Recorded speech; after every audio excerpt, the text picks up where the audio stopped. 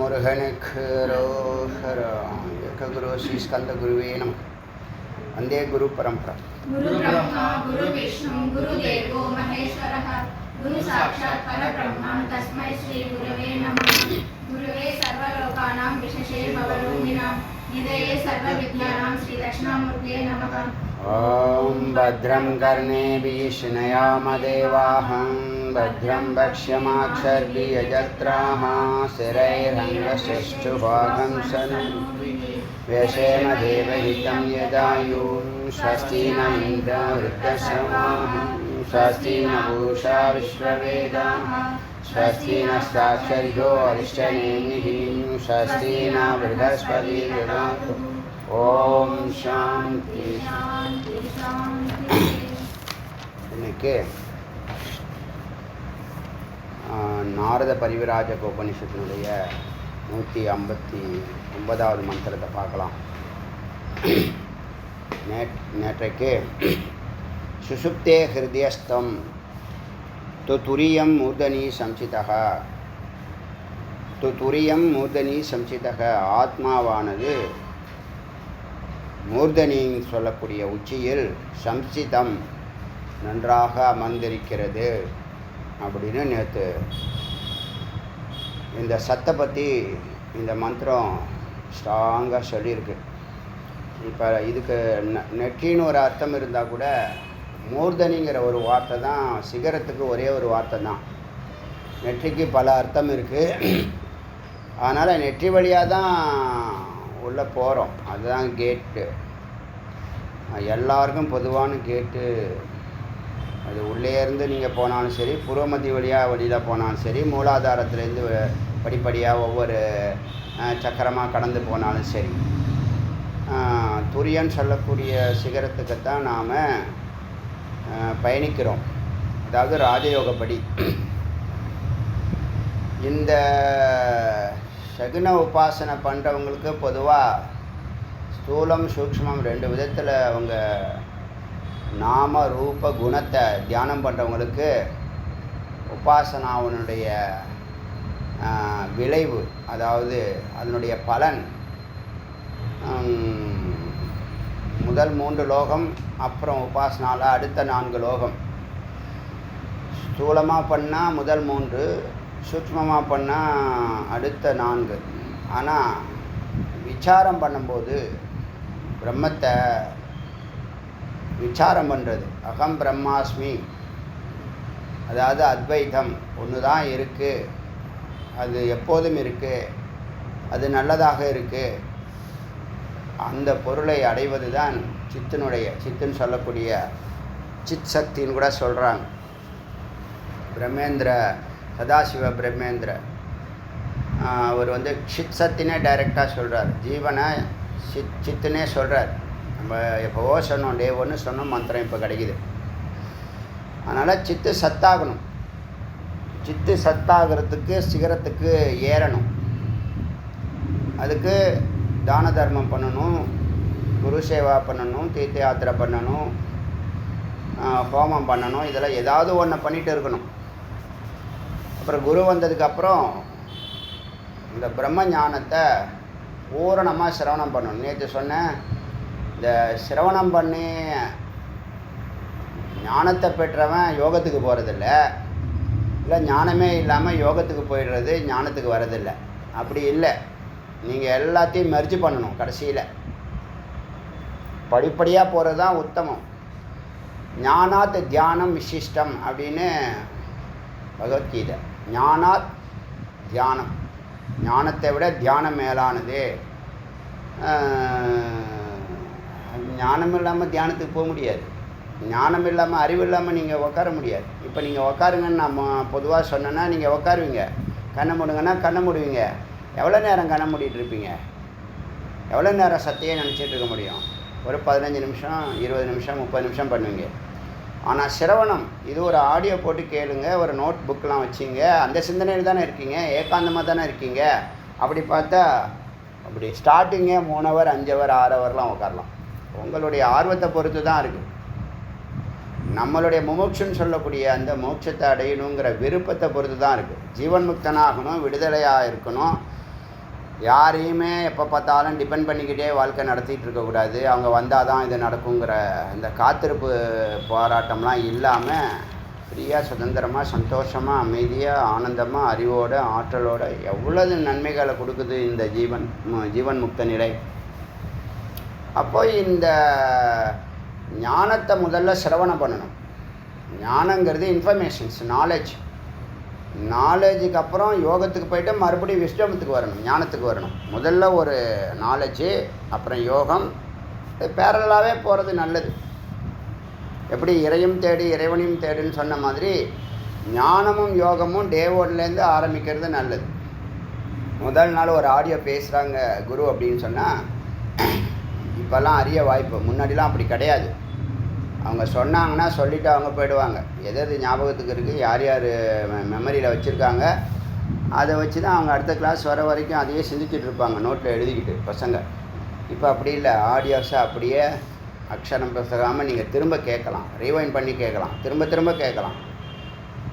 நான்லாம் ஒரு ஆடியோவை 2 முறை 3 முறை 4 முறையெல்லாம் கேட்டிருக்கேன். ஒரே ஆடியோவை ஒரு நாள் ஃபுல்லாக சிந்திச்சிருக்கேன். ஒரு வார்த்தையை ஒரு நாள் ஃபுல்லாக சிந்திச்சிருக்கேன். அது என்னன்னா, அது ஆழ்ந்து சிந்திக்க சிந்திக்க நிறைய அர்த்தமாகும், எல்லாமே பொருந்தும், எல்லாமே நம்ம உயிர் இருக்கக்கூடிய உள்ளுணர்வு ஏற்றுக்கும். உள்ளுணர்வுங்கிறது சத்தியம், அது அப்படியே ஏற்றுக்கும். அது சந்தேகத்தை கலப்பாது, சந்தேகமே இருக்காது. வேத மந்திரங்கள் சொல்கிறதையோ குரு சொல்கிறதையோ எதுவுமே மறுக்க முடியாது. நீ லாஜிக்கில் போனாலும் சரி, நம்பிக்கையில் போனாலும் சரி, எத்தனை பிரமாணங்கள் உன் கையில் இருந்தாலும் சரி, இந்த வார்த்தைகளை மறுக்க முடியாது. ஏன்னா எல்லாம் சத்தியம். அதனால் ஞானத்தோடன் கூடிய யோகம், அறிவோட கூடிய தியானம். ஒரு நாள் முதல் நாள் கேட்குற ஆடியோவை அடுத்த நாள் போட்டு கேட்கலாம், உட்காந்து ஏகாந்தமாக கண்ணை மூடிக்கிட்டு அந்த வார்த்தைகளை சிந்திக்கிறது நிதித்தியாசனம்னு பேர். தியானங்கிற வார்த்தையை வேதாந்தம் பயன்படுத்துறதில்லை, ஞான யோகம் பயன்படுத்துறதில்லை. தியானங்கிற வார்த்தையை ராஜயோகத்தில் தான் பயன்படுத்துவாங்க. ஆனால் அர்த்தம் ஒன்று தான். அந்த பிரகிருதி லயம் சொல்லக்கூடிய இந்த இறைவனை நெருங்குற தருணத்தில் ஒரு பிளாக் ஹோல் இருக்குதுன்னு சொன்னேன் இல்லையா, இருட்டு, அதில் நிறைய பேர் லயமாகிடுவாங்க. அதில் தான் சொன்னேன், நீங்கள் அந்த மாதிரி லயமானீங்கன்னா 1,00,000 மன்வந்திரம். ஒரு மன்வந்திரம் அப்படின்னு சொன்னால் 72 சதுரயுகம். ஒரு சதுரயுகம்னு சொன்னால் 60 லட்சம் வருஷம். 4 8 16 32 32 16 சரி எத்தனை, 32 16 48, அப்புறம் ஒரு 8 சேர், அப்புறம் ஒரு 4 சேர், 60 லட்சம் வருஷம் இன்ட்டு 1,00,000. அதாவது 72 சதுரயுகம் ஒரு மன்வந்திரம். 1,00,000 மன்வந்திரம்னா என்னது, 60 லட்சம் இன்ட்டு அத்தனை வருஷங்கள் காலங்கள் நீங்கள் தூக்கத்தில் இருக்கிற மாதிரி அந்த இருட்டில் இருப்பீங்க. ஏன்னா நமக்கு மரணம் இல்லைங்கிறதுனால அழிஞ்சு போகிறது இல்லை. ஆத்மா என்ன பண்ணோம் சொல்கிறாங்க சில பேர், இதில் மண்ணாக பிறந்தாலும் பரவாயில்ல, கல்லாக பிறந்தாலும் பரவாயில்லன்னு சொல்கிறாங்கல்ல. பாட்டே இருக்குது, அந்த பாட்டு ஹிந்தியில் அந்த மாதிரி பாட்டு இருக்குது. அதெல்லாம் என்ன கணக்குன்னு பார்த்தா அப்படியே இருப்பாங்க, அந்த சன்னதியில் இருப்பாங்க, அந்த ஊரில் இருப்பாங்க. இப்போ நம்ம ஊர் சில ஊருக்கெலாம் போகிறோம், எவ்வளோ திவ்ய தேசமாக இருக்கும்போது எவ்வளோ அருமையான திவ்ய தேசமாக இருக்குது, இந்த ஊரை நம்ம வாசம் செய்யக்கூடாதான்னு நினைக்கிறோமா, நினைக்க மாட்டோமா? அந்த மாதிரி பல கோடி வருஷங்கள் போகுது. இப்போ 1 லட்சம் இன்ட்டு 60 லட்சம்னா என்னாச்சு, 1 லட்சம் இன்ட்டு 60 லட்சம், அவ்வளோ வருஷம் நீங்கள் தூக்கத்தில் போயிட்டு அந்த அவ்வளோ வருஷம் முடிகிற வரைக்கும் நீங்கள் வெளிப்பட மாட்டீங்க, எந்த காரியத்திலும் ஈடுபட மாட்டீங்க, உலகம் தெரியாது. ஆனால் ஆனந்தமாக இருக்கும். தூக்கத்தில் எப்படி இருக்கும், டிட்டோ அதே மாதிரி இருக்கும். புரியுதா சொல்கிறது? இது அந்த மாதிரிலாம் போய் நம்ம சிக்கிறதுக்கு இல்லை. சிக்கிறதுக்கு யாருக்கு தூக்கம் தான் எனக்கு பிடிக்கும் அப்படின்னு சொல்கிறவன் தூங்கிட்டா கிடக்கட்டும், அவனால் யாருக்கு என்ன பிரயோஜனம்? ஒருத்தங்க அமைதி தான் எனக்கு பிடிக்குன்னா அமைதியாக இருந்துட்டு போகிறான், யாருக்கு என்ன பிரயோஜனம்? அதெல்லாம் எல்லாமே இண்டிவிஜுவல். நாம் இப்போ என்ன நினைக்கிறோம், நம்ம இந்த சமுதாயத்தை பார்க்குறோம். சமுதாயம் பார்க்கும்போது சமுதாயம் அவன் நாயா பேயா அலையிறான், மனுஷனாகவும் இல்லை, கடவுள் தேவனாகவும் இல்லை, இறைவனாகவும் இல்லை. ஏன்னா அறியாமை. ஸோ இவனுக்கு கொஞ்சம் அறிவை கொடுத்தா அவன் வாழ்க்கை மலரும் அப்படிங்கிற ஒரு மெய்ப்பொருள் இருக்குல்ல. அதுக்காக தான் நம்மை போன்றவர்கள், அதாவது பிரம்ம வித்து நிலையில் இருக்கிறவங்க, பிரம்ம வித்து நிலையில் இருக்கிறவங்க தான் சங்கல்பங்கள்லாம் வச்சுருப்பாங்க. பிரம்ம வித்து நிலையில் இருக்கிறவங்க தான் சங்கல்பம் வச்சுருப்பாங்க. நிறைய வைக்க மாட்டாங்க, ஒரு 3 சங்கல்பம் வச்சுங்க. 3 சங்கல்பம் இந்த தமிழ்நாடு ஞான பூமி ஆகணும், தமிழ் தெரிஞ்சவங்கள்லாம் ஞான ஜீவன் முக்தனாகணும், பக்தர்கள்லாம் முக்தர்களாகணும், குமரகுண்டம் ஞானப்பீடமாக விளங்கணும் சொல்ல 3 சங்கல்பம். இது பிரம்ம வித நிலை. மேக்ஸிமம் அவங்க 3 சங்கல்பத்துக்கு மேலே ஒன்றும் இருக்காது. இப்போ பிரம்ம வரன் அப்படின்னு ஒரு நிலை இருக்குது இதுக்கு மேலே. இது எப்படின்னா, பிரம்ம விது சமாதிக்கு போக மாட்டான், வரமாட்டான், ஆனால் பிரம்ம ஞானம் பூரணமாக இருக்கும், மற்றவங்களுக்கு சொல்லி கொடுத்துட்டுருப்பான். இது பிரம்மவித், பூர்ணமான பிரம்ம ஞானம் இருக்கும், பிரம்மத்தை தொட்டவன், அனுபூதி அடைஞ்சவன் தான் அவன். அதுக்கு அடுத்து பிரம்மவரன், அவனுக்கு ஒரு 2 சங்கல்பம் இருக்கும். என்ன இது 2 சங்கல்பம் என்ன, தமிழ்நாடு ஞான பூமியாக இருக்கணும், பக்தர்கள்லாம் முக்தர்களாக்கணும் அப்படிங்கிற 2 சங்கல்பம் இருக்கும். பிரம்மவரியான், பிரம்ம வித்து, பிரம்மவரன், பிரம்மவரியான். பிரம்மவரன் இருக்கான்ல, அவன் தியானத்துக்கு போவான், சமாதிக்கும் போவான், வருவான். தியானத்துக்கு போவான், சமாதிக்கு போவான், வருவான், அனுபூதி அடைஞ்சவன் தான். பிரம்ம ஞானம் பூர்ணமாக இருக்கும். அந்த நிலையில் அவனுக்கு சங்கல்பம் 3 கூட இருக்காது, 2 ஆக்கிடுவான். பிரம்ம வரன். அடுத்தது பிரம்ம வரியான், அவன் தியானத்துக்கு போவான், தட்டி எழுப்புனா வருவான். இவன் பிரம்மவரன், தியானத்துக்கு போவான், தானே திரும்பி வந்துடுவான், சமாதிக்கு போவான், தானே திரும்பி வந்துடுவான். சவிகல்பம். இந்த பிரம்மவரியான் இருக்கான்ல, அவனுக்கு சங்கல்பம் ஒன்றே ஒன்று தான் இருக்கும். அவனுக்கு சங்கல்பம் ஒன்றே ஒன்று தான் இருக்கும். அவன் தியானத்துக்கு போவான், தட்டி எழுப்புனா தான் வருவான், இல்லைன்னா வரமாட்டான். சமாதி தான்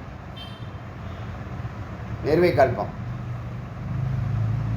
ஆச்சா, இப்போ என்னாச்சு, இவனுடைய சங்கல்பம் ஒன்று தான் இருக்கும்.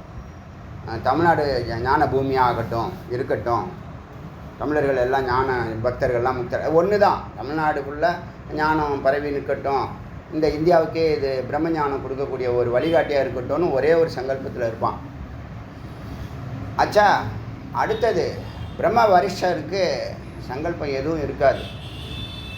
தியானத்துக்கு போவான், தட்டி எடுப்புனாலும் திரும்ப மாட்டான். அதுதான் ஜீவசமாதி. இறந்து போன பிற்பாடு ஜீவசமாதி, அவர் சமாதி ஆகிட்டார் அப்படின்னு கொண்டு போய் வைக்கிறாங்கல்ல, அது ஜீவசமாதி இல்லை, அவர் இறந்த பிற்பாடு சமாதி. ஜீவசமாதினா உயிர் இருக்கும்போதே என்ன பண்ணுவாங்க, 21 நாள் பார்ப்பாங்க, 21 நாளில் அவன் ரிட்டர்ன் ஆகலைன்னா அதுக்கப்புறம் திரும்ப மாட்டாருங்கிறது கன்ஃபார்ம் பண்ணிவிட்டு என்ன பண்ணுவாங்க, ஜீவசமாதியாக வைப்பாங்க. இப்போது என்னன்னா, எப்போ நீ சங்கல்பம் பண்ணுறியோ, எப்போல்லாம் சங்கல்பம் பண்ணுறியோ, சங்கல்பத்தோடு இருக்கிறவன் நிர்விகல்ப சமாதிக்கு போக முடியாது. எத்தனை காலம் வரைக்கும் உனக்கு சங்கல்பம் இருக்கோ, அது நிறைவேறலையோ, சங்கல்பத்தை நினச்சின்னா மனம் பிறந்துடும். நல்லா புரிஞ்சுங்க. மனோஷயம் மனோநாசம்னு சொன்னோமா, வாசனாசயம் மனோநாசம்னு சொன்னோமா. வாசனாங்கிறது இந்த விருப்பங்கள் எல்லாம் பதிவுகளாக இருக்குது.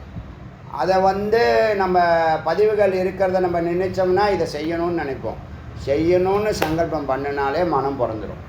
மனம் பிறந்தால் சுக துக்கம் இந்த பொருள். இப்போ மனோநாசம் எப்போ, மனோநாசமே பண்ண முடியாதுன்னு சில பேர் பேசுவாங்க. ஆனால் போதேந்திர, சதாசிவ போதேந்திர 23 புக்கு எழுதியிருக்காருன்னு சொன்னல, அதில் ஒரு புத்தகத்தில் அவர் மனோநாசம் பண்ணலாம், நிர்விகல்பம் ஆகணும், அது வெளியில் வராத நிலையில் அவனை தட்டி எழுப்பி அவனே வெளியில் வந்தாலும் மனம் வெளியில் வராது. சகஜ சமாதி, எந்த ஒரு பெரிய ஒரு தீவிரமான கொள்கையோ குறிக்கோளோ இல்லாமல் அமைதியாக இருக்கும். மனம் இல்லைன்னா யார், மனம் இல்லைன்னா நீங்கள் இறைவன். நீங்கள் மனம் இருக்கிறதுனால தான் என்ன பண்ணுறீங்க, எல்லா நிகழ்ச்சிகள்லையும் ஈடுபடுறோம், எல்லா கமிட்மெண்ட்டும் பண்ணுறோம். எல்லா லிங்க்கும் ஏற்படுது. புரியுதா சொல்கிறது? அப்போ இதெல்லாம் எதை பொறுத்து இருக்கு? ஒரு நாளைக்கு இப்போ பிரம்ம வித்துனா ஒரு 4 ஹவர் பிரம்ம சிந்தனையில் இருப்பான். பிரம்ம வரன் 8 ஹவர் சிந்தனையில், ஒரு புரியறதுக்காக சொல்கிறேன், 8 ஹவர் சிந்தனையில் இருப்பான். பிரம்ம வரியான் 12 ஹவர் சிந்தனையில் இருப்பான். பிரம்ம வரிஷ்ட 24 மணி நேரம் பிரம்மஸ்வரூபமாகவே இருப்பான். 3 பேருமே பிரம்மஸ்வரூபம் தான். ஆனால் சில பேருக்கு விவகாரம் உண்டு, சில பேருக்கு விவகாரம் கிடையாது. சங்கல்பம் தான் அவங்களுக்கு விவகாரம். சங்கல்பமே கூடாதுங்கிறது வேதம். சொல்கிறது புரியுதா? அது வரைக்கும் நீங்கள் ப்ராக்டிஸ் தான் பண்ணலாம். இப்போ நீங்கள் பூர்ணமான ஞானத்தை நீங்கள் பெறணும். இப்போ யார் தீவிரமாக இருக்கா, யார் மிருதுவாக இருக்கா, அதம அதிகாரி, மத்தியம அதிகாரி, உத்தம அதிகாரி, 3 அதிகாரி வச்சோம்ல, அதில் 8 ஹவர் தாண்டி 12 ஹவர்லாம் போகிறவங்க. இப்போ நம்மலாம் நீங்கள்லாம் அதம அதிகாரியாக இருக்கீங்க. 8 ஹவரில் இருக்கிறவங்க மத்தியம அதிகாரி, 12 ஹவரில் இருக்கிறவங்க உத்தம அதிகாரி. ஒரு நாளைக்கு 12 ஹவர் இறை சிந்தனையிலையோ தியானத்திலையோ பூஜையிலையோ விசாரத்திலையோ இருந்தால் அவங்க உத்தம அதிகாரி. முதல்ல இந்த அதிகாரி லெவலை நீங்கள் மாற்றணும். நீங்கள் சும்மாவே அங்கே போனால் இங்கே போனால் புரிஞ்சால் போதும், அப்படியே சும்மா கேட்டுக்கிட்டே இருப்போம் அப்படின்னு நீங்கள் காலத்தை ஓட்டிக்கிட்டு இருந்தீங்கன்னா அப்படியே ஓட்டிகிட்டே இருக்க வேண்டியதான். 30 வருஷமாக போயின்ட்டுருக்கேன், 40 வருஷமாக போயின்ட்டுருக்கேன். எப்போ இந்த மாதிரி கருத்துக்கள் எங்கிட்டேருந்து வருதோ அதுலேருந்து அந்த கருத்தை அன்னையிலேருந்து அதை செயல்படுத்த ஆரம்பிக்கணும். அதுதான் உத்தம அதிகாரியினுடைய கடமை. இது புரியுதா? இப்போ நீங்கள் சிகரம் போகணும். சிகரம் டைரெக்டாக போக முடியாது. புருவமதிக்கு வந்து தான் சிகரம் போக முடியும். புருவமதிக்கு வர்றதுக்கு அறிவு வேணும். எங்கே அறிவு இருக்கு? இந்த ஆணவம் கர்மம் மாயின்னு சொல்லக்கூடிய கண்டத்தை கடக்கணும். புருவமத்திய முக்தி கஷேத்திரம்னு ஏற்கனவே சொல்லியிருக்கோம். காசியில் இறந்தால் முக்தின்னு சொன்னால், காசியில் இறந்தாலுங்கிறது நம்ம புருவந்தான். வரணா அசி 2 புருவமும் 2 நதி மாதிரி, ரெண்டும் சங்கமம் ஆகிற இடம்தான் காசி கஷேத்திரம். காசி கஷேத்திரத்தில் நீ இறந்தால்னா நீ புருவமத்தியில் தியானம் செய்துட்ருக்கிற காலகட்டத்தில், உபாசனா காலகட்டத்தில், அதாவது உபாசனாவுக்கு வந்துட்டீங்க. உபாசனாவுக்கு எப்போ வருவீங்க? நீங்கள் புண்ணியம் ஹிருதயத்துக்கு ஏறி குரு வந்து சிரவணம் பண்ணி மனனம் பண்ணி தியானத்துக்கு வந்துட்டீங்க. தியானத்துக்கு வந்தால் அவனுக்கு முக்தி உண்டு. சொல்கிறது புரியுதா? அப்போ நீங்கள் எவ்வளவு சீக்கிரம் இந்த 4 நிலை சொன்ன இல்லையா, பிரம்ம வித்து, பிரம்மவரன், பிரம்மவரியான், பிரம்ம வரிஷ்ட, அதில் ஒன்று பிடிச்சிடணும். இப்போ 5 வருஷத்தில் பிரம்ம வித்து ஆகிடலாம். சின்சியராக கேட்டவங்களே அன்றைக்கி ஏற்கனவே நான் சொல்லியிருக்கேன். 5 வருஷம் 1500 ஆடியோவை லைவாக நீங்கள் கேட்டவங்க, நேரடியாக இங்கே உட்காந்து கேட்டவங்க. ஏன் நேரடியாக கேட்டவங்களுக்கும் மற்றவங்களுக்கும் என்ன வித்தியாசம்னா, வெளியிலேருந்து கேட்குறதும் உள்ளே இருக்கிறதுக்கும் கான்சன்ட்ரேஷனும் ஃபோக்கஸும் வைப்ரேஷனும் 100% சொல்லலாம். வெளியிலேருந்து என்ன தான் ஏகாகிரமாக இருந்தால் கூட அவங்களுக்கு உங்களை விட ஒரு 25-30% கம்மியான கான்சன்ட்ரேஷன் தான் இருக்கும். அதனால் அப்படி சொல்கிறோம். இல்லை நான் 100% சின்சியராக கேட்டுட்ருக்கேன் ஜி அப்படின்னு சொன்னால் அவங்களுக்கும் இது பொருந்தும். இந்த 5 வருஷத்தை கிராஸ் பண்ணவங்கள சொல்கிறேன். 5 வருஷம் கிராஸ் பண்ணவங்களுக்கு, ஏன்னா பிரம்மத்தை பற்றி அவுட்லைன் வந்துடுச்சுல உங்களுக்கு. இப்போ அனுபவமாகணும், அது பிரம்ம வரன். அனுபவத்தி ஆகணும், அது பிரம்ம வரிஷ்ட வரியான். சமாதிக்கு போகணும், அது பிரம்ம வரிஷ்ட. அது புரியுதா? இதுதான் ஒரு சிஸ்டம். இந்த சிஸ்டத்தை புரிஞ்சுக்கிட்டு நம்ம செயல்படணும். அதெல்லாம் நான் கேட்டு வச்சுக்கிறேன், எனக்கு சந்தர்ப்பம் வரும்போது செயல்படுறேன்னு சில பேர் இருக்கலாம். அப்படி இருந்தால் அது ஒரு ஏமாற்று வேலை. நாளை என்பது கையில் இல்லை, நேற்றைக்கும் கையில் இல்லை. நாளை என்பது கையில் இல்லை, நேற்றைக்கு என்பது பையில் இல்லை, இன்று மட்டுமே கையில் இருக்கும் தோலா. பாட்டு கரெக்டாக தான் எழுதியிருக்கான். கரெக்டாக நான் வேதாந்த பாட்டு அது நீங்கள் வேறு எப்படியோ பார்த்துருப்பீங்க. அடியான் இப்படி தான் பார்க்குறேன். சொல்கிறது புரியுதா? நேற்றைக்கு என்பது பையில் இல்லை, நாளை என்பது கையில் இல்லை, இன்று மட்டுமே. பாட்டு இருக்குது தெரியுமா? அதுக்கு அர்த்தம் தெரியாமல் உங்களுக்கு நீங்கள் தெரிஞ்சு நான் சொல்கிறேன். வேதாந்தத்தில் இதை கொண்டு வந்து இது யார் எழுதியிருக்கானா, சதாசிவ போதேந்திரன். அப்போ தான் நீங்கள் ஒத்துங்க. இது யார் எழுதுனா நமக்கு தெரியாது. இவர் என்ன சொல்கிறாருன்னா, சதாசிவ போதேந்திரன் என்ன சொல்கிறாருன்னா, ஏன் பேசுகிறதெல்லாம் உங்களுக்கு ரொம்ப ரேரஸ்ட்டு விஷயம். சதாசிவம் எல்லாம் போய் அவர் சமாதியை சுற்றிட்டு நமஸ்காரம் பண்ணிட்டு தான் வந்திருப்போம். ஏதாவது பிரார்த்தனை பண்ணால் சித்தியாகும். ஏன்னா பிரம்மஸ்வரூபம். அவதூத்த அவர் அவதூத்த சன்னியாசி. பிராமணர், அவதூத சன்னியாசி. அதனால் இப்போ இந்த துரியம் மூர்தனி சம்சிதம்னு சொன்னேன் இல்லையா, அங்கே போகணும்னா உங்களுக்கு எந்த சங்கல்பமும் இருக்கக்கூடாது. இப்போ உங்களுக்கு அடியேனுக்கே 3 சங்கல்பம் இருக்குது. என்ன சங்கல்பம்? 3 சங்கல்பம். தமிழ்நாடு ஞானபூமி ஆகணும், பக்தர்கள் ஆகணும், குமரன்குன்றம் ஞானப்பீடமாகணும்னு சொல்கிறேன்ல, இதை நான் ஒன்று ஒன்றா குறைக்கணும். நான் கடந்தால் தானே குறைக்க முடியும். அதுதான் என் வாழ்க்கையினுடைய சங்கல்பம். இப்போ நான் ஒன்று ஒன்றா அடுத்த லெவலுக்கு போகிறேன். பிரம்ம வித்துலேருந்து அதுக்கு தான் இதுக்கு போகிறதில்ல, சமாதிக்கு போகிறதில்ல. சமாதிக்கு போகணுங்கிற எண்ணமே எனக்கு வரலை. உங்களுக்கெல்லாம் சொல்லி கொடுத்துட்டுருக்கேனே தவிர அதை நல்லா பூரணமாக உணர்றேன். அந்த அனுபூதியில் தான் இதை சொல்கிறேன். உங்களுக்கு அனுபூதி இல்லாமல் சொல்ல முடியாது. அனுபூதி இல்லாமல் இந்த விஷயத்தை உங்களுக்கு சொல்ல முடியாது. அனுபூதி பெற்றாலும் அங்கே போகிறதுக்கு எனக்கு இப்போதைக்கு விருப்பம் இல்லை. ஏன்னா வந்த வேலையே செய்யாமல் இப்போ எப்படி அங்கே போக முடியும்? இப்போ எனக்கே இந்த 3 சங்கல்பம் இருக்குன்னா உங்களுக்கு எத்தனை சங்கல்பம் இருக்குது? உங்கள் வயசுக்கு தகுந்த மாதிரி. கல்யாணம் ஆகாதவங்களுக்கு கல்யாணம் ஆகணும், வேலை கிடைக்காதவங்களுக்கு வேலை கிடைக்கணும், குழந்தை பெறாதவங்களுக்கு குழந்தை பெறணும், வீடு கட்டாதவங்களுக்கு வீடு கட்டணும்.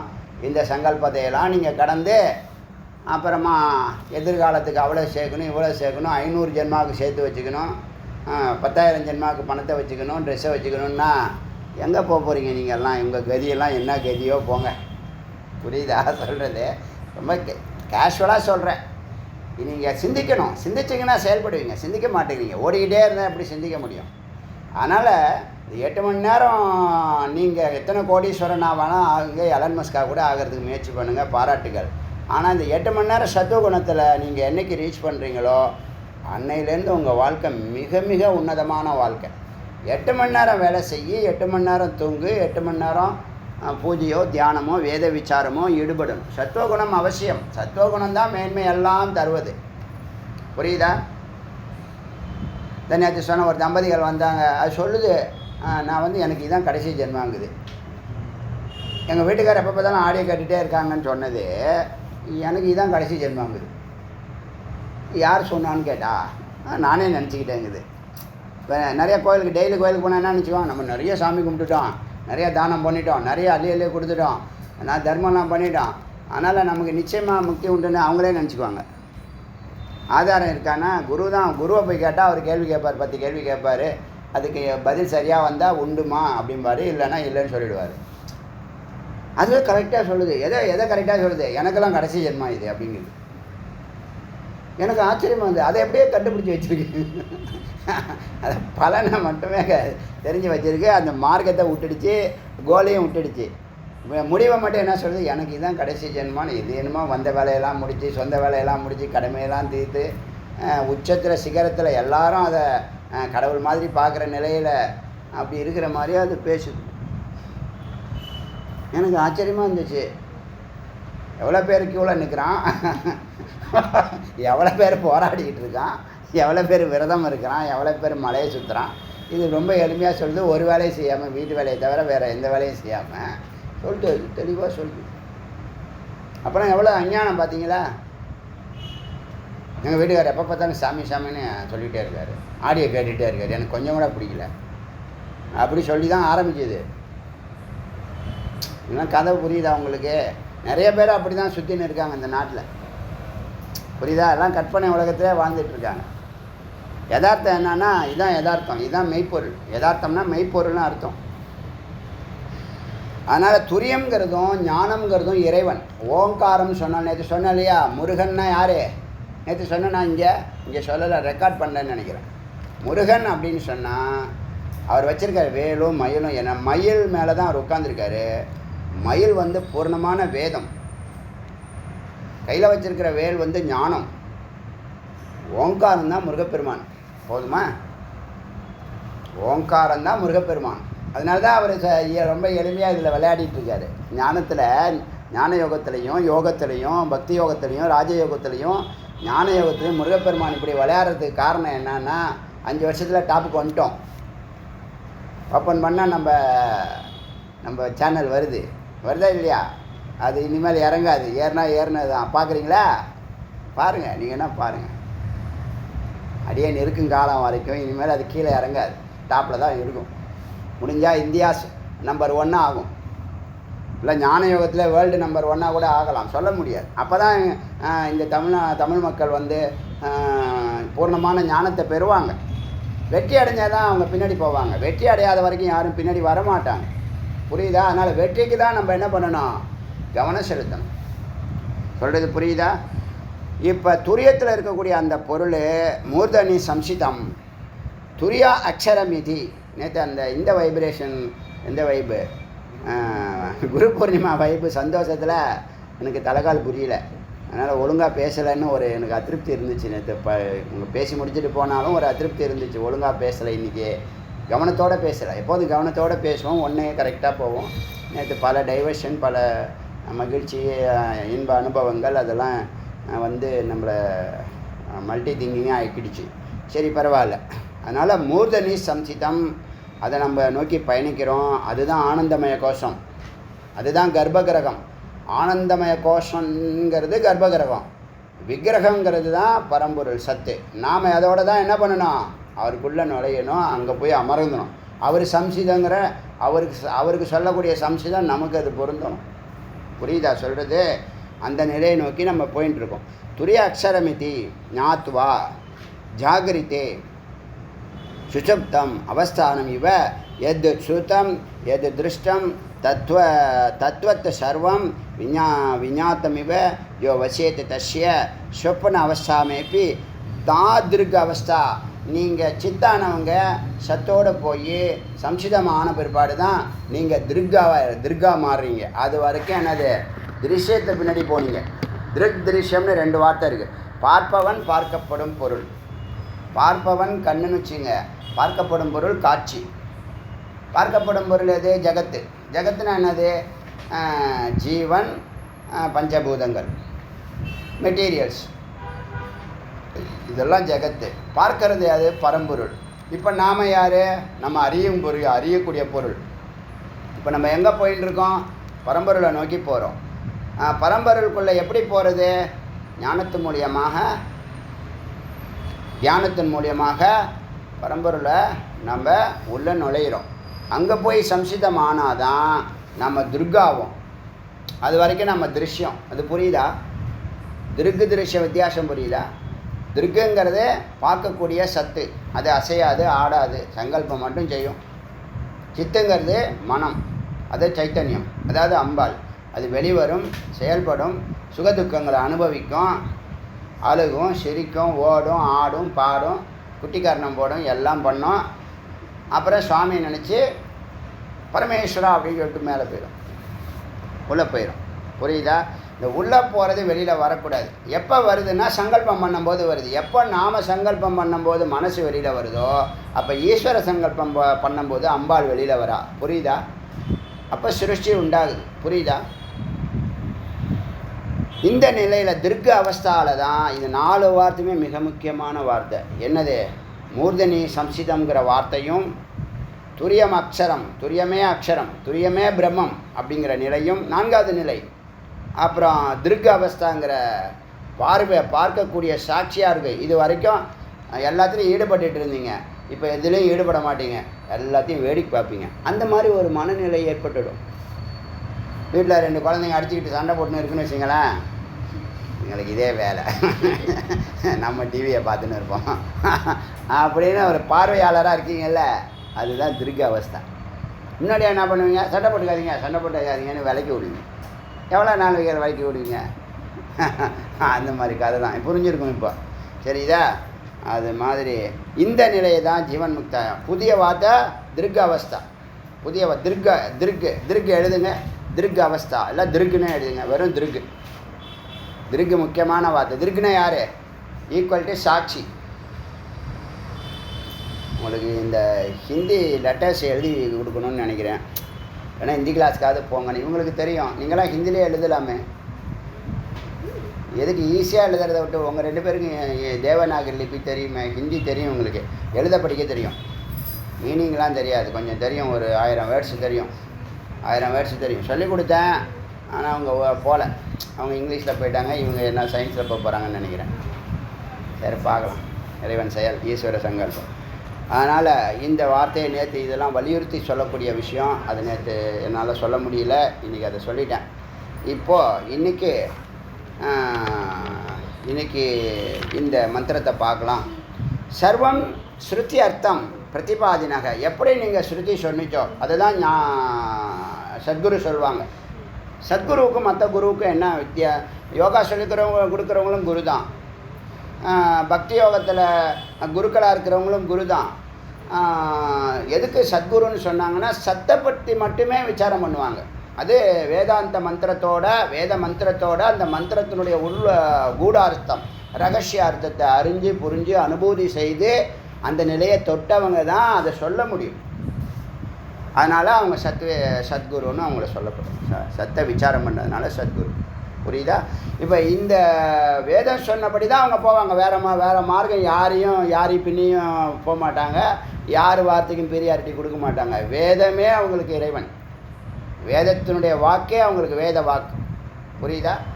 வேதமே பிரம்மம், வேதத்தினுடைய குரல் தானே இப்போ நமக்கு சொல்லிக் கொடுக்குது. ஓங்காரம் தான் வேதத்தினுடைய குரல், ஓங்காரம் தான் முருகப்பெருமான். சொல்லியாச்சு, பிரணவம் தான் முருகப்பெருமான். மந்திரம் இருக்குது. வேதேவ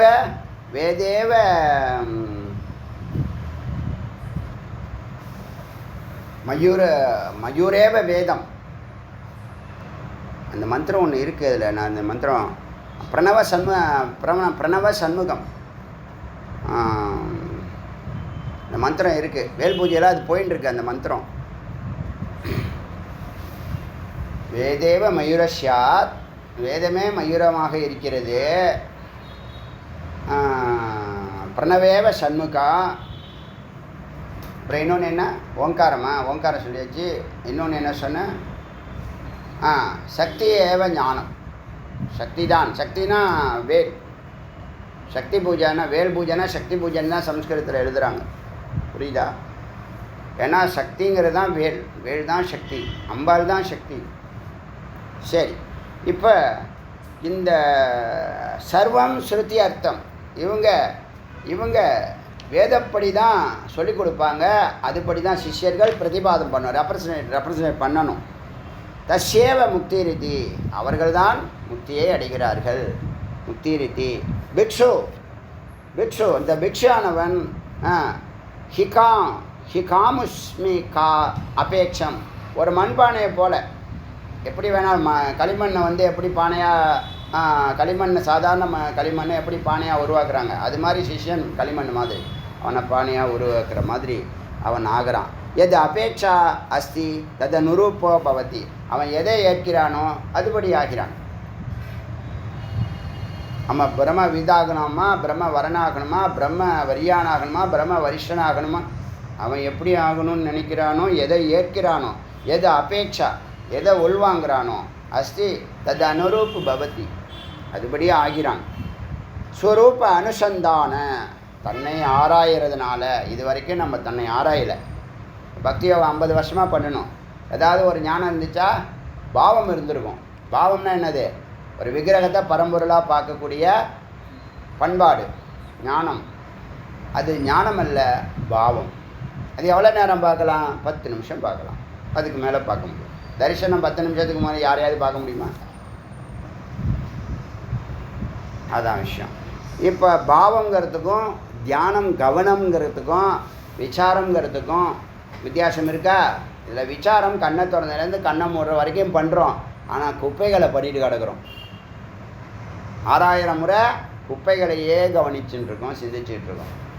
ஆனால் அதுக்கு பதிலாக இந்த பரம்பொருளை சத்தை நினைக்க ஆரம்பித்தோம்னா சத்துக்குள்ளே போயிடுவோம். சத்துக்குள்ளே போனால் தான் அகம் பிரம்மாஸ்மின்னு தெரியும். இந்த சைத்தன்யம் இருக்குல்ல, சைத்தன்யம் சித்து இருக்குல்ல, அது தன்னுடைய உபாதிகளை எல்லாம் நீக்கினதுக்கப்புறம் அது சைத்தன்யமாக இருக்கும். சின்மயின்னு சொல்லுவோம். அம்பாளுக்கு ஒரு வார்த்தை சின்மயின்னு ஒரு வார்த்தை இருக்குது. அந்த சின்மயா பியூர் கான்சியஸாக இருக்கும்போது தான் நம்ம பிரம்மத்தினுடைய பூர்ணமான சரிபாதி அம்சம்னுங்க அதுக்கு அறிவு வருது. அதுக்கப்புறம் அதோட பரம்பொருளோட யோகம் பண்ண துடிக்குது. அப்புறம் இறைவனோட இரண்டரை கலக்குது. அதுதான் சிவயோகம், சிவபோகம். சிவபோகம் பண்ணுறப்ப தான் அகம் பிரம்மாஸ்மிங்கிறது நிலைக்கும். அது வரைக்கும் வந்து போகும். பரம்பொருளை அடையிற வரைக்கும் வந்து போகும். அதுதான் அங்கே இருக்கிற விஷயம். அதனால் ஸ்வரூப அனுசந்தான வத்திரிக்தா அந்நிய சாஸ்திராபியாஸ் உன்னை தன்னை ஆராய்ச்சி சுய ஆராய்ச்சி அகம்பிரமாஸ்மிங்கிறது எப்படி நடக்குது? நீ அகம்பிரமாஸ்மின்னு நினைக்கவே வேண்டாம். நீ பரம்பொருளை நோக்கி பயணித்து அவருக்குள்ளே போனால் அகம்பிரமாஸ்மி தானாக வெளியில் வரும். அதுக்காக ஒரு எஃபர்ட் எடுக்க வேண்டாம். சிரவணம் நல்லா பண்ணணும், சொன்னதை நல்லா சிந்திக்கணும். சிந்திக்க சிந்திக்க சிந்திக்க சிந்திக்க அந்த ஒரு பர்சன்டேஜ் இருக்கக்கூடிய இந்த ஸ்பிரிட்டானது அது என்ன பண்ணுது? 100% விஸ்வரூபம் எடுக்கிறது. அப்போ நாம் அல்பங்கிறது தெரியாது, நம்ம அல்பங்கிறது இல்லைங்கிறது தெரியும், நம்ம மகத்துங்கிறது புரியும், உணர்வோம், அனுபூதியும் செய்வோம். அந்த வார்த்தையை யாராலும் சொல்ல முடியாது, அனுபூதியை யாராலும் சொல்ல முடியாது. அன்பு இதை எப்படி சொல்ல முடியுமா? விளக்க முடியுமா? சொல்ல முடியாது. அன்பு என்ன பண்ண முடியும்? காட்ட தான் முடியும், செயல்படுத்தி காட்ட தான் முடியும். அதனால் ஸ்வரூப அனுசந்தானம் எத்திரிக்தா தன்னுடைய தன்னாராய்ச்சி விசாரம் அல்லாமல் அந்நிய சாஸ்திராபியாசே மற்ற சாஸ்திரங்களால் ஒன்றும் நடக்காது. விசாரத்தை தவிர இந்த 3 புத்தகங்கள் சொல்லுதியா, பகவத்கீதை, உபனிஷத்து, பிரம்மசூத்திரம், இந்த 3 தான் என்ன பண்ணுது? இந்த பரம்பொருளை நோக்கி உள்முகப்படுத்துது. அந்நிய சாஸ்திராபியாசே ருஷ்ட குங்கும பாரவத். ஒரு ஒட்டகம் நீங்கள் பாக்கி எல்லா புத்தகங்களையும் இப்போ நீங்கள் சிரவணம் பண்ணிட்டீங்க, மனனம் பண்ணிட்டீங்க, தியானத்தில் இருக்கீங்க, இப்போ மறுபடியும் அந்த புத்தகங்களை பார்த்துட்டு இருக்க வேண்டாம்னு சொல்லுது. மற்ற சாஸ்திரங்களை எல்லாத்தையும் இனிமேல் இப்போ இல்லை, நீங்கள் பூர்ணமாக சிரவணம் பண்ணி பூர்ணமாக மனனம் பண்ணி தியானத்திலே போயிட்டீங்க. சிரவண மனனம்லாம் எப்பயாவது பண்ணுறீங்க, அவசியம் இல்லை. பிரம்ம வித்தானதுக்கப்புறம் என்ன ஆகுது? அடுத்த லெவல் பிரம்மவரன் என்ன ஆகணும்? சங்கல்பம் இல்லாத தியானம். சங்கல்பத்தின இருக்கலாம் 2. ஆமாம், பிரம்ம வித்துக்கு 3, பிரம்ம வரனுக்கு 2, பிரம்ம வரியானுக்கு 1, பிரம்ம வருஷனுக்கு சங்கல்பமே கிடையாது. ஒரு சங்கல்பம் கிடையாது. எல்லாம் முடிச்சிடணும். எனக்கு ஒன்றும் வேலை இல்லை, நான் உள்ளே போகிறேன் அப்படின்னு. இப்போ அடியன் உள்ளே போனேன்னா என்ன, வெளியே விட்டு உள்ளே போயிட்டேன்ல, ரூமுக்கு உள்ளே போயிட்டேன்னு 8 மணி நேரம் 9 மணி நேரம் அங்கே இருக்கேன்ல. ஆனால் சங்கல்பம் இருக்கிறதுனால இந்த ப்ரிப்பரேஷன், இந்த தியானத்தில் இதை பற்றிய சிந்தனை, அப்புறம் அதை அன்றைக்கி செயல்படுத்துறது, பேசுகிறது, ரெக்கார்ட் பண்ணுறது, இதெல்லாம் நடந்துக்கிட்டு தானே இருக்குது. நிர்விகல்பம் போயிட்டேன்னா பேச முடியுமா? உங்கள் கூட இந்த கருத்துக்கள் எல்லாம் பேச முடியுமா? உங்களுக்கு செஞ்சு காமிச்சா தானேம்மா உங்களுக்கு புரியும். இப்போ நான் நேற்று ஒரு வார்த்தை சொன்னேன்னே,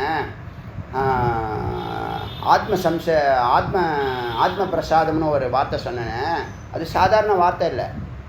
முதல்ல உங்களுக்கு குரு நம்பிக்கை கொடுக்குறாங்க, ஏன்னா அவங்க அந்த நிலையை தொட்டவங்க. அந்த வார்த்தை உங்களுக்கு நம்பிக்கை கொடுத்ததுன்னா அது பேர் ஸ்ரத்தா. அந்த ஸ்ரத்தா உங்களுக்கு வீரியத்தை கொடுக்கும். வீரியம்னா என்னது? அவர் எப்படி சொல்லி கொடுத்தாரோ, எப்படி உள்வாங்கினீங்களோ அதை செய்து காட்டக்கூடிய சாமர்த்தியமும் சகிப்புத்தன்மையும் தான் வீரியம். இது வந்துட்டால் வெற்றி மேலே வெற்றி தான். சாமர்த்தியமும் சகிப்புத்தன்மையும் வந்துடுச்சுன்னா, சாமர்த்தியம்னா என்னது? இச்சாசக்தி, ஞானசக்தி, கிரியாசக்தி, 3த்தினுடைய ரசம் தான் சாமர்த்தியம். எல்லாத்தையும் கடந்துறது, எல்லாத்தையும் டேக்கிள் பண்ணக்கூடிய அறிவு, எல்லாத்தையும் செய்து காட்டக்கூடிய ஆற்றல், எல்லாத்தையும் செய்து காட்டக்கூடிய விருப்பம், இது 3 இருந்தால் தான் அங்கே வெற்றி இருக்கும். அந்த சாகித்யம் சகிப்புத்தன்மையோடு நீங்கள் கடக்கும்போது ஸ்ரத்தாவாகி சாகித்ய சகிப்புத்தன்மையும் சாமர்த்தியமும் உற்சாகம் இரட்டிப்படைந்து உங்களுக்கு எல்லாம் நினைவோடு நீங்கள் காரியத்தை தெளிவாக பயணிக்கிறீங்கன்னா உங்கள் டிரைவ் எப்படி இருக்கும்? ஆரம்பத்தில் வேகமாக போக முடியாது. ஒரு ஃபார்முக்கு வந்த பிற்பாடு வேகமாக போகலாம், ஏன்னா கிளாரிட்டி இருக்குது. என்ன அப்போ என்ன நடக்குது? அப்போ தான் ஏகாந்தம் பிடிக்கும், ஏகாகிரம் கைகூடும், நிஷ்டை கைகூடும், நிருத்தம் ஏற்படும். அங்கே நிருத்தத்தில் இந்த சவிகல்ப சமாதியில் ஒரு ஞானம் ஏற்படும். அது பேர் பிரக்ஞான்னு பேர். பிராக்யான் பிரம்மன் சொல்கிறேன்ல, அந்த பிரக்ஞாவில் தான் உங்களுக்கு திருப்தியும் மனநிறைவும் நிதானமும் விவேகமும் வைராக்கியமும் அமைதியும் பரந்த மனப்பான்மையும் ஏற்படும். அப்போ நீங்கள் எப்படி இருப்பீங்க? சாதுவாக ஆகிடுவீங்க, சாந்தமாக இருப்பீங்க, அமைதியாக இருப்பீங்க, ஆனந்தமயமாக இருப்பீங்க. ஆனந்த ஸ்வரூபம் இல்லை, ஆனந்தமயமாக இருப்பீங்க. அதையும் கடந்தாதான் என்னது? ஸ்மிருதியை கடந்தாதான் சமாதி. இது புரியுதா? இப்போ இந்த நிலையில் இந்த முமோக்ஷு சிரவணம் தாண்டிட்டான், மனனம் தாண்டிட்டான், தியானத்தில் சமாதிக்கு போயிட்டான், அவனுக்கு புத்தகங்கள் தேவையா? சாஸ்திரம் மறுபடியும் சிரவணம் பண்ணிட்டு கிடக்கணுமா? இல்லை. மனனம் கடந்துட்டாலே நிதித்தியாசனம் போயிட்டாலே சிரவணம் அவசியம் இல்லை. ஆனால் அரைகுறையாக போனால் சங்கல்பம்லாம் ஏற்படும். இப்போ சங்கல்பமே இல்லாமல் தான் நீங்கள் உக்காரணும்னு சொல்கிறோமா? இப்போ 24 மணி நேரமும் நீங்கள் சங்கல்பத்தில் தான் இருக்கீங்க. அதை தான் கட் பண்ணுறாரு குரு. 24 மணி நேரம் சங்கல்பத்தில் இருக்க வேண்டாம், 1 மணி நேரம் சங்கல்பம் இல்லாமல் இருந்து தான் ரூமுக்கு போய் ஏகாந்தமாக போகணுன்னு கட்டாயப்படுத்துகிறாரு. 4 மணி நேரம், 8 மணி நேரம், 12 மணி நேரம், 24 மணி நேரம் எல்லாமே அப்படியே டபுள் ஆகுது. பிரம்மவிது, பிரம்மவரன், பிரம்மவரியான், பிரம்மவரிஷத்துக்கு அப்படியே 4, 8, 12, 24 எல்லாம் டபுள் ஆகுது. சின்ன கணக்கு போட்டாலும் கரெக்டாக வருது. இதெல்லாம் சும்மா ஒரு புரிதலுக்காக தான் சொல்கிறேன். இவ்வளோ டைம்லாம் அந்த கணக்கு கிடையாது. நீங்கள் விசாரம் பண்ண அது நீங்களே உள்ளே போயிடுவீங்க. வெளியில் ஒரு அணு அளவு கூட வேஸ்டேஜ் இருக்காது. தேவையற்றதெல்லாம் ஒன்றுமே உங்களுக்கு தொடாது. துக்கம், பயம், குழப்பம் எதுவும் இருக்காது. எப்பயுமே பிரம்மஸ்வரூபமாக இருப்பீங்க. தெரியாது யாருக்கும். நீங்கள் அமைதியாக இருக்கீங்கன்னு உங்களுக்கு ஒண்டி தான் தெரியும். இப்போ நான் 25 வருஷம் என்ன நடந்துச்சு, எப்படி போச்சுன்னு சகஜ சமாதியில் இருந்தேன்னு சொல்கிறேன்னு அப்போ யாருக்கு தெரியும்? எனக்கு மட்டும்தான் என்ன நடந்துச்சுன்னு தெரியும். இதுதான் நடக்குதுங்கிறது வேதத்துக்கு வந்த பிற்பாடு தான் தெரிஞ்சிச்சு. இதுதான் நடந்திருக்கு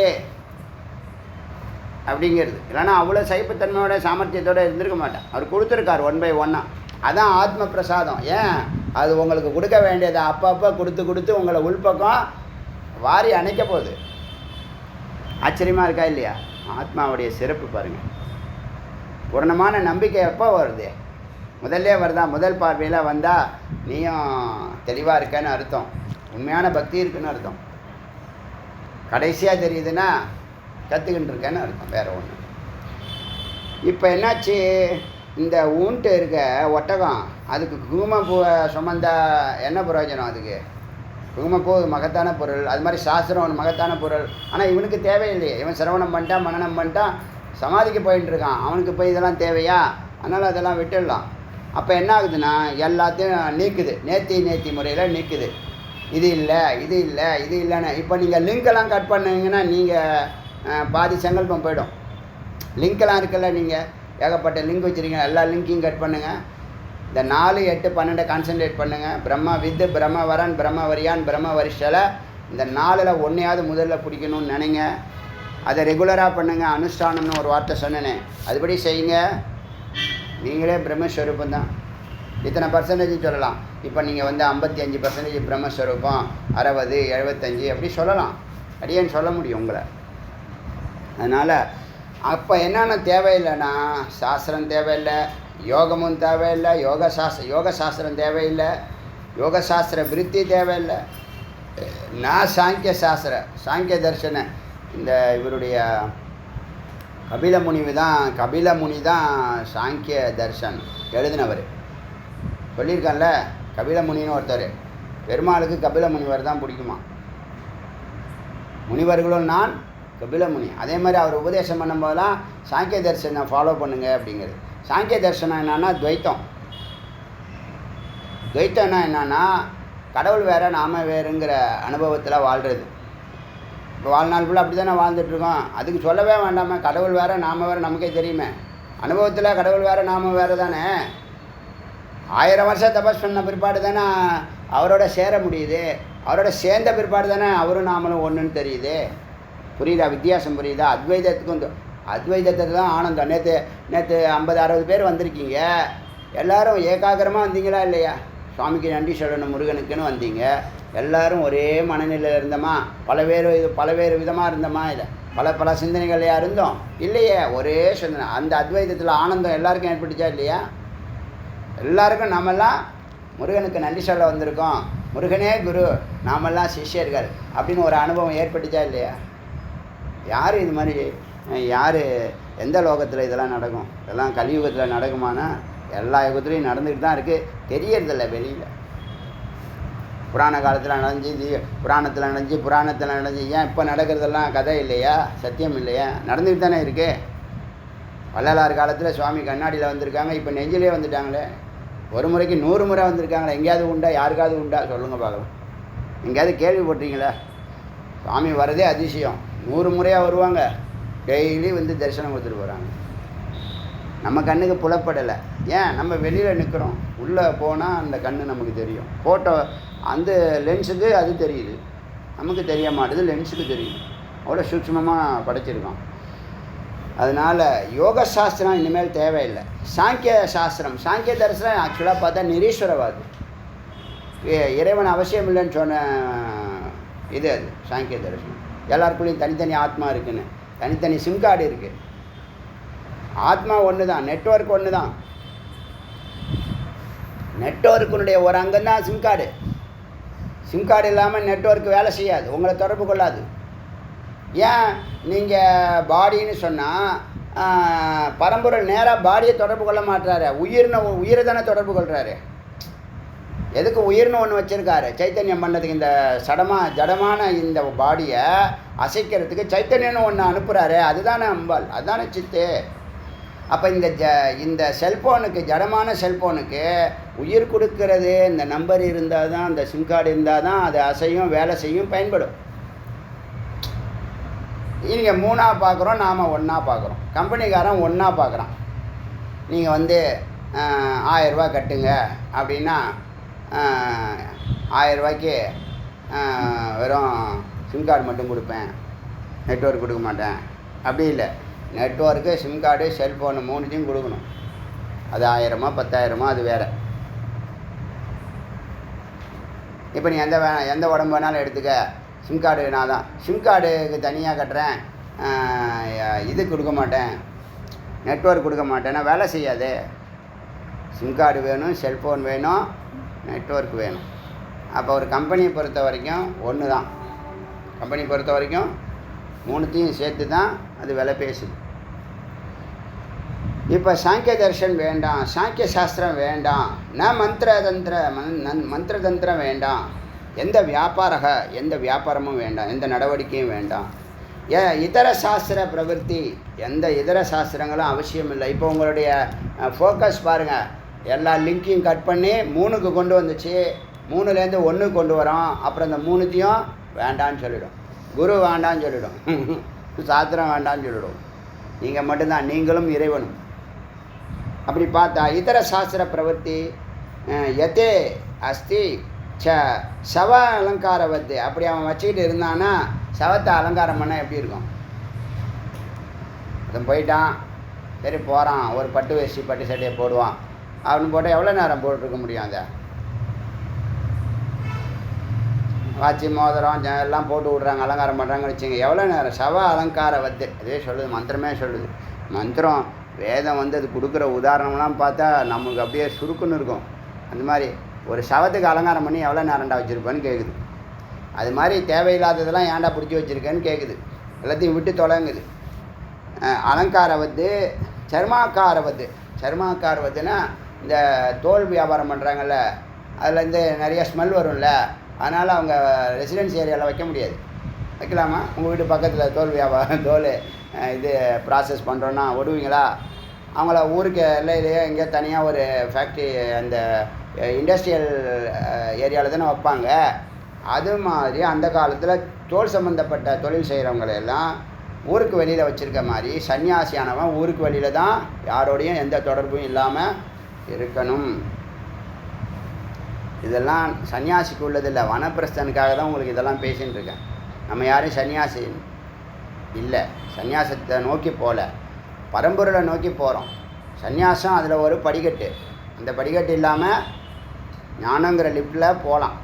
புரியுதா? எல்லோரும் இல்லை சன்னியாசம் போகிறேன்னா தடுக்கலை, சன்னியாசம் வேண்டான்னு இல்லை, அவசியம் இல்லைன்னு சொல்கிறேன். புரியுதுல்ல? சன்னியாசம் வேண்டான்னு சொல்கிறதுக்கு அடியேன் பேசலை. சன்னியாசம் அவசியம் இல்லை, இல்லற கடமைகளை செய்து நீ ஞானத்தை பிடிச்சி, தியானத்தை பிடிச்சி, குருவை பிடிச்சா போதும். குரு தான் கிடைக்க மாட்டாங்க, சத்குரு தான் கிடைக்க மாட்டாங்க. நமக்கு முருகப்பெருமான் கிடைச்சிட்டார். அதனால் எளிமையாக ஜெயிக்கலாம். நம்ம சொல்கிற மாதிரி யாராலும் சொல்லக்கூட முடியாது.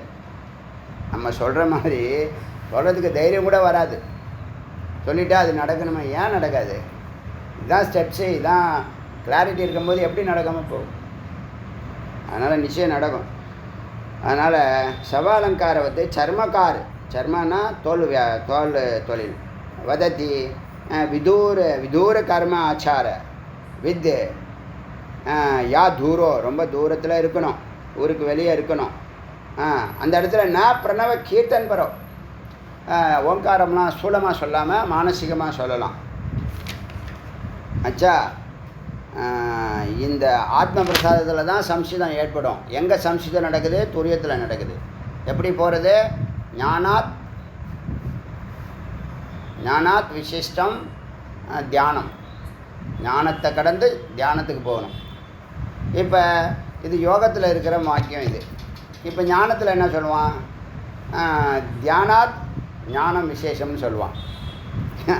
அந்த மந்திரம் அவங்க இந்த புராண கதை தான் இது. ஆனால் மேலான விஷயம் என்னது? ஞானம் தான். அதில் ஒன்று ஏன் அப்படி சரியே கிரியை யோகம் ஞானம்னு மேலே வச்சாங்களே. ஞானம்தான் பிரம்மம். அதுதான் பிராக்யான் பிரம்மம்னு சொல்லுது. ஸோ இப்போ அடுத்தது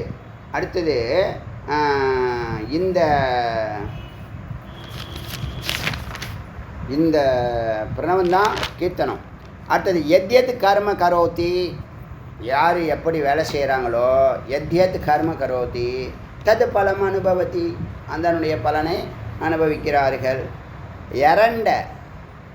எரண்ட தைலம் ஃபேனவதத் சர்வம் பரித்யஜ்ய. அதாவது ஆமனுக்கு எண்ணெயில் வரக்கூடிய நுரையெல்லாம் தள்ளிட்டு எடுக்க வேண்டியதை எடுத்துக்கிட்டு பாக்கி எல்லாத்தையும் விட்டுட்டா பரித்யஜ்ய விடுவது போல தத் பிரசக்தம் மனோதண்டம். இப்போ தண்டத்தையும் விட்டுடலாம். மனம்தான் தண்டம்.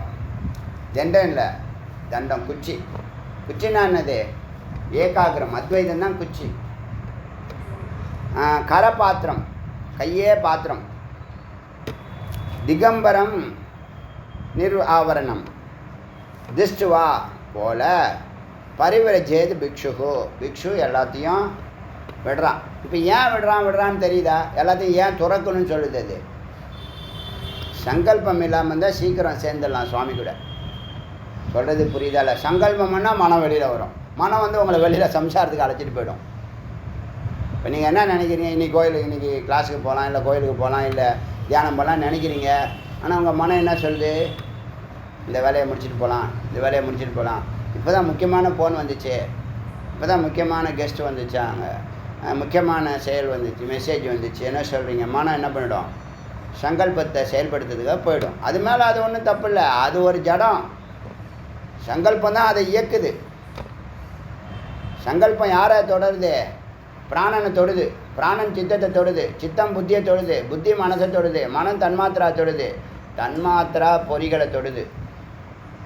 அப்போ மனம் ஒன்றும் இல்லையே, அது அறியாமை தான். அது ஒரு ரோபாட் மாதிரி, ஒரு எக்யூப்மெண்ட், அது ஒரு கருவி, கரணம். அது வேறு. கரணம்னா என்ன? அது நம்ம தமிழில் கருவி கரணம்னு சொல்லுவான். கருவியும் கரணமும் ஒன்று தான். காம்பவுண்ட் வால்னு சொல்கிற மாதிரி என்னென்னமோ சொல்லுவாங்க. ரெண்டு வார்த்தையார் நடு சென்டர்னு சொல்லுவாங்களா, அது மாதிரி கருவி கரணம்னு சொல்லுவாங்க. கருவினாலும் கரணம். கருவி தமிழ், கரணம்னா சமஸ்கிருதம். வேறு ஒன்றும் இல்லை. அந்த கரணம்னா உள்ளே இருக்கக்கூடிய கருவிகள். இந்த சித்து கூட கருவி தான். யாருக்கு? சத்துக்கு. ஏன்? சத்துனுடைய சங்கல்பத்தை தன்னுடைய தலைவனுடைய தன்னுடைய கணவனுடைய விருப்பத்தை இந்த சைத்தன்யமானது செயலாக செய்து காட்டுது. புரியுதா? அப்படி பார்த்தா எத்து கர்ம கரோதி தது பலம் அனுபவத்தி. இரண்ட தைலம் படி மனோதண்டம் கரபாத்திரம் திகம்பரம் இப்போல்லாம் தெரியுது. இப்போ இவங்கெல்லாம் காட்டுக்குள்ளே தான். அவதூத்தரெலாம் நாட்டுக்குள்ளே இருக்கக்கூடாது, காட்டுக்குள்ளே போயிடணும். இப்போவும் இருக்காங்க. இப்போ இந்த நீங்கள் உங்கள் செய்யக்கூடிய சாதனையில் நீங்கள் முமுட்சுல அதம அதிகாரி, மத்திய அதிகாரி, உத்தம அதிகாரி சொன்னல. நீங்கள் நார்த்தில் எல்லாம் பார்த்தீங்கன்னா இந்த உத்தம அதிகாரிகள்லாம் வெளியிலே வரமாட்டாங்க. மோஸ்ட்லி காட்டுக்குள்ளேயே போயிடுவாங்க. சாதாரணமாக நதிக்கரையில் இருப்பாங்க. இந்த ரெண்டாவது கேட்டகரி மத்தியம அதிகாரி ஒரு நாளைக்கு 12 ஹவர் வரைக்கும் போவாங்க. 12 ஹவர் வரைக்கும் தியானம் வேத விசாரத்தில் போவாங்க. நிதித்தியாசனத்தில் இருப்பாங்க, மனனத்தில் இருப்பாங்க. ஆனால் உத்தம அதிகாரின்னு சொல்லக்கூடிய அந்த பிரம்ம வரிஷ்ட சொல்கிறோம்ல, அவங்கள பார்க்கவே முடியாது. ஆனால் இருக்காங்க, காட்டுக்குள்ளேயே இருப்பாங்க. காட்டில் என்ன ஏன் அது காட்டுக்குள்ளே இருக்கணும்னா எந்த லிங்க்கும் இருக்கக்கூடாதுங்கிறது தான். உணவுக்காக வெளியில் வர்றது, பசிக்காக, தாகத்துக்காக, மற்ற விஷயங்களுக்காக வெளியிலே வரமாட்டாங்க. வந்தால் வருஷத்துக்கு ஒரு அவங்க அப்படி வரவங்க தான் இந்த கும்பமேளாவில் நீங்கள் பார்க்குறவங்க. பாக்கி எல்லா நாளும் காட்டுக்குள்ளே தான் இருப்பாங்க. ஒரே சிந்தனை தான், ஒரே சிந்தனை தான். பரம்பொருள் என்னாச்சு, அவங்க உத்தம அதிகாரி. யார் அவன்? பிரம்ம விதவன். பிரம்ம வித இல்லை, பிரம்மவரன், பிரம்ம வரியான், பிரம்ம வரிஷ்ட நிலையில் இருக்கிறவன் உள்ளே போய்ட்றான் காட்டுக்குள்ளே. ஞானத்தினுடைய உச்சத்தில் இருக்கிறவன் எந்த தொடர்பும் வேண்டான்னு உள்ளே போய்ட்றான். ஞானமே இல்லாதவன் தான் இங்கே தெருவா அலைஞ்சிட்ருக்கு. சம்சாரிலாம் யார்? ஞானமே இல்லை, அறிவே கிடையாது அவனுக்கு, மெய்யறிவே கிடையாது. போய் பின்னாடியே வாழ்நாள் புழுவான், அதுக்காக உயிரே கொடுப்பான், அழுவான், தவிப்பான், குட்டிக்காரணம் போடுவான், சோகத்திலேயே இருப்பான். 24 மணி சோகத்திலேயே இருப்பான். இங்கே போவான், அங்கே போவான், குட்டிக்காரணம் போடுவான், யார் யாரையோ காலில் விழுவான், என்னென்னமோ பண்ணுவான். யார்? சம்சாரி. ஏன்னா அவனுக்கு லௌகிக ஆசை. அவனுக்கு கேட்டிங்கன்னா அவன் லட்சம் ஆசையை சொல்லுவான். எல்லாம் டெம்பரவரி, எல்லாம் மாயா. மாயா கிருத்த. மாயானா என்னது? இருக்காது, இல்லைன்னு சொல்லலை. அது எனக்கு இந்த அறிவுகட்ட இந்த ஜடங்களை பாருங்கள். இல்லைன்னு சொன்னால் சண்டைக்கு வரான், இருக்காதுன்னு சொன்னால் ஆமாம் அவர் சொல்கிறதான் கரெக்டுங்கிறான். இல்லைன்னு சொன்னால் நாங்களாம் இவ்வளோ பேர் இருக்கமேண்ணா, இன்றைக்கி இருக்கப்பா. இந்த கிளாஸுக்கே நாளைக்கு இத்தனை பேர் இருப்பீங்கன்னா சொல்ல முடியாது. இங்கே உட்காந்துருக்கீங்க, நாளைக்கு அங்கே உட்காந்துருப்பீங்க, நாளைக்கு அங்கே. இல்லைன்னு சொன்னால் சண்டைக்கு வரான். அவங்க அத்வைதியெல்லாம் வந்து இந்த இவ்வளோ பெரிய ஜெகத்தை இவ்வளோ மரம் மாதிரி இவ்வளோ பெரிய மரம் இருக்குது இல்லைன்னு சொல்கிறான். இல்லைன்னு சொல்லலை, இருக்காதுன்னு சொல்கிறோம். ஒரு அரிய கருத்து. இதெல்லாம் முருகப்பெருமான் தான் சொல்ல முடியும். அதனால் பரிவிரஜத பிக்ஷுகு என்னாச்சு? பாலோன்மத்தை, குழந்தையை போல், பைத்தியத்தை போல், உண்மத்தை. இப்போ நீங்கள் வெளியில் பைத்தியம் மாதிரி அலையிறோம்ல காசுக்கு, ஏன்னா எல்லா பொருளும் வாங்கணும். அந்த சூப்பர் ஸ்டோர்லாம் தயாரிக்கிறாங்க. எதுக்கு இவ்வளோ படை எடுக்குது? இவ்வளோ கடைகள் எதுக்கு ஓப்பன் பண்ணுறான்? இவன் ஆசையெல்லாம், பலகீனத்தையெல்லாம், இப்போ சின்ன குழந்தைங்களையும் லேடிஸையும் பிடிச்சி வச்சுக்கிட்டு சீரியல் தயாரிச்சுக்கிட்டு எல்லா என்ன கடைகள்லாம் ஓப்பன் பண்ணிக்கிட்டு சின்ன சின்ன காஸ்மெட்டிக்ஸ்லாம் தயாரிச்சுக்கிட்டு எல்லாம் அதுக்கே தெரியும். காசு கொடுத்து வாங்கும் போதே இது 2 நாளைக்கு தான் வரும், அதுக்கே தெரியும். வாங்கும் போதே தெரியும். போனால் போட்டோம், நம்மள்ட்ட காசு இருக்குது, அதை வாங்காமல் விடக்கூடாது. அது போயிடும். பலூனு குழந்தைங்க பலூன் வெடிச்சிடும் தெரியும். எந்த பலூன் வாங்கி 2 வருஷமாக வச்சுருக்கீங்க சொல்லுங்கள் பார்க்கலாம். ஏன்னா ஊதாமல் வச்சுருப்பீங்க. ஊதாமல் வச்சுருந்தா அது ஓட்ட ஊதும், அப்புறம் பிரிக்கவே முடியாது. நல்லா தெரியும் பலூன் உடஞ்சி போயிடும்னு. குழந்தை கேட்குது, குழந்தை பலூனை கேட்குது, நீ என்ன கேட்குற? நீ வேறு கேட்குற. அதான் வித்தியாசம். உயிரே விட்றானா இல்லையா அந்த பொய்யுக்கு? அதுதான் மாயான்னு சொல்கிறோம். இது பார்க்குறதெல்லாம் வேணும்னு கேட்க. அது பார்க்குறதெல்லாம் இருந்தால் இருந்துட்டு போட்டு இருக்கியே நீனு. இப்போ என்ன சொல்கிற? எனக்கு வேணும், நல்லா இருக்கு, சூப்பராக இருக்குது. எல்லாத்துக்கும் இந்த வார்த்தையை கண்டுபிடிச்சி வச்சுருங்க. எதாக இருந்தாலும் சூப்பரு, சூப்பர்ப்பா, சூப்பர்.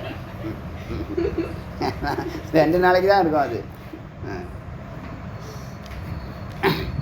என்னாச்சு? அதெல்லாம் சொன்னால் நம்மளை ஜடன்றுவானுங்க. அப்புறமா என்னாச்சு? பால உண்மத்தை, பாலனை போல், குழந்தைங்களை போல், உண்மத்தை பைத்தியம் போல் பிசாச்சுவது. கரெக்டாக சம்சாரி என்னென்ன அவனுக்கு லட்சணம் இருக்கோ அது எல்லாத்தையும் சொல்லுது. அது மாதிரி மரணம் ஜீவித்தம் நான் காங்ஷத்து, மரணமாவது வாழ்க்கையாவது, அதெல்லாம் நான் காங்ஷத்து, அதெல்லாம் சிந்திக்கிறதே இல்லை, அதை பற்றி ஆசைப்படுறதும் இல்லை. காலமேவ பிரதீட்சதை, எப்படா பிராரப்தம் முடியும்னு உட்காந்துருப்பாங்க. அது ஒரு நிலை, அவங்க பாலிசிக்கு அது முக்கியம். அப்புறம் நிர்தேச பிருத்தக் கன்யாயன பரிவிர, அருமையான ஒரு பரிவிராடித்தி, அருமையான ஒரு உதாரணம் சொல்லுது. அதாவது சம்பள ஆள் வந்து 8 மணி நேரம் வேலை, 1000 ரூபா டெய்லி சம்பளம், மத்தியானம் வரைக்கும் வேலை செய்வாங்க. சாப்பிட்டுட்டாங்கன்னு வச்சுங்களேன், காலையில் இருந்த சுறுசுப்பே இருக்காது, சீட்டில் இருக்க மாட்டாங்க. அப்படியே கிளம்பிட்டு அப்படியே மெதுவாக போயிட்டு டீ சாப்பிட போகிறேன்ட்டு அப்படியே கிளம்பி இப்படியே போய் எப்படா மணி முடியும்னு வாட்சை பார்ப்பாங்க. எதுக்கு வாட்சை கட்டியிருக்காங்க? சில பேர் அது மாதிரி இருக்காங்களா இல்லையா? அது போல் நீ இருக்கணும். ஏம்மா எப்படா வருவான் அப்படின்னு பார்த்துக்கிட்டு இரு. பிராரப்தம் முடிஞ்சுன்னா மோட்சம் உனக்கு. இப்போ ஜீவன் முக்தன் ஆகிட்ட அப்புறம் மோட்சமும் உனக்கு கன்ஃபார்ம்னு சொல்கிறாங்க. புரியுதா? உபாசனா வரைக்கும் தான் நம்ம தியானம். விசாரம் வந்து விசாரத்தினால தான் பிரம்மம். புரியுதா? உபாசனாங்கிறது கர்ப்பகிரகம் வரைக்கும் கொண்டு போகிறது, ஸ்வரூபத்துக்கு கொண்டு போக முடியாது. கர்ப்பகிரகம் வரைக்கும் கொண்டு போகிறது உபாசனா, அதாவது தியானம். அது அவசியம், அது நிரந்தரம் அல்ல, அதுவும் நம்ம கழட்டி விடுவோம். விசாரம் ஒண்டி தான் நிரந்தரமானது. என்னது? உள்ளே நுழையணும். உள்ளே நுழைஞ்ச பிற்பாடு உன்னுடைய அனுபூதி என்ன? அகம் பிரம்மாஸ்மி. அதுதான் டே 1ல் தத்துவமசிப்பா, உங்களுக்குள்ள பரம்பொருள் இருக்காங்க, அது நீ இன்னும் அறியலை, உனக்கு போக போக புரியும் அப்படின்னு சொல்லி ஆரம்பித்து தான் குரு என்ன பண்ணுறாங்க, வழி நடத்தி அழைச்சிட்டு போகிறாங்க. இது வரைக்கும் இருக்கட்டும். எத்தனை? 160வது மந்திரம் வரைக்கும் நோட் பண்ணிங்க. எத்தனையில் ஆரம்பித்தோம்? 159 ஆரம்பித்தோமா? 161 3 மந்திரம் பார்த்துருக்கோம். அருணாச்சல சிவ அருணாச்சல சிவ அருணாச்சல சிவ அருணாச்சல அருணாச்சல சிவ அருணாச்சல சிவ அருணாச்சல சிவ அருணாச்சல அருணாச்சல சிவ அருணாச்சல சிவ அருணாச்சல சிவ அருணாச்சல சிவேல் முருகனுக்கு